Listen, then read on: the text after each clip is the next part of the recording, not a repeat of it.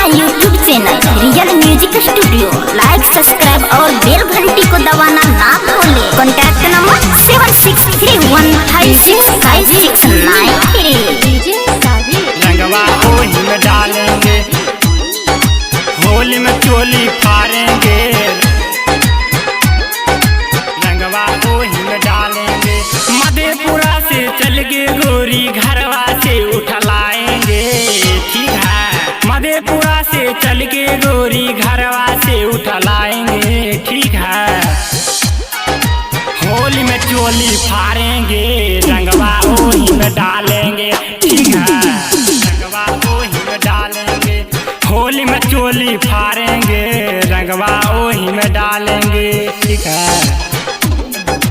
Super hit माल है, उम्र 16 साल है। ठीक है, सुपर हिट माल है, उम्र 16 साल है। का कही जानू सबके बुरा हाल है। ठीक है, तुमको उठाएंगे, स्टेज पे चढ़ाएंगे, सब लइकन के साथ नचाएंगे। ठीक है, डाल डाल कर हम सब यारों बुरा हाल कर डालेंगे। ठीक है, डाल डाल कर हम सब यारों बुरा हाल कर डालेंगे। ठीक है, होली में चोली फाड़ेंगे, रंगवा ओही में डालेंगे। ठीक है, होली में चोली फाड़ेंगे, रंगवा ओही में डालेंगे। ठीक है, डीजे साहिल रंगवा ओही में डालेंगे, होली में चोली फाड़ेंगे, रंगवा ओही में डालेंगे। पिचकारी में लेंगे, तुझ पे डालेंगे। ठीक है, पिचकारी में लेंगे, तुझ पे डालेंगे, पूरा शरीर को पूरा रंगेंगे। ठीक है, प्यार का संबंध है, डाले में न प्रबंध है, मधेपुरा के लइका पूरा दबंग है। ठीक है, दिल मिला है, फूल खिला है, होटवा से होटवा सटाएंगे। ठीक है, दिल मिला है, फूल खिला है, होटवा से होटवा सटाएंगे। ठीक है, होली में चोली फाड़ेंगे, रंगवा ओही में डालेंगे। ठीक है, होली में चोली फाड़ेंगे, रंगवा ओही में डालेंगे। ठीक है,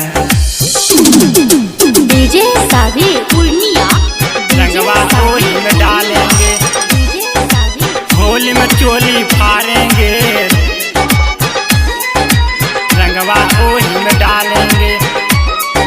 नया नया माल है, देखे में बवाल है। ठीक है, नया नया माल है, देखे में बवाल है, प्रेम पुजारी का बहुत सवाल है। ठीक है, ना ही छोड़ेंगे, पूरा डालेंगे, तो हर पापा से हम न डरेंगे। ठीक है, नीति से नीमन हाई हम दावंग, हमको रोक न पाएंगे।